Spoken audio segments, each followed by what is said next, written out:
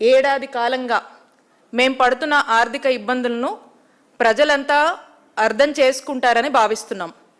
ఇంతకాలం మీకు సేవ చేశాం. ఈ కష్టకాలంలో మాకు అండగా నిలవాలని ప్రజల్ని కోరుకుంటున్నాం. ఇక్కడ మనకు స్పష్టంగా అర్థమవుతుంది, ఏడాది కాలంగా మేము పడుతున్న ఆర్థిక ఇబ్బందులను ప్రజలంతా అర్థం చేసుకుంటారని భావిస్తున్నాం అంటున్నారు. మా హాస్పిటల్స్ కూడా మనం చూసినట్టయితే ఈ సంవత్సర కాలంగా ఆశాస్ అయితే నియర్లీ 20 times అనేక రిప్రజెంటేషన్స్ ఇవ్వడం జరిగింది.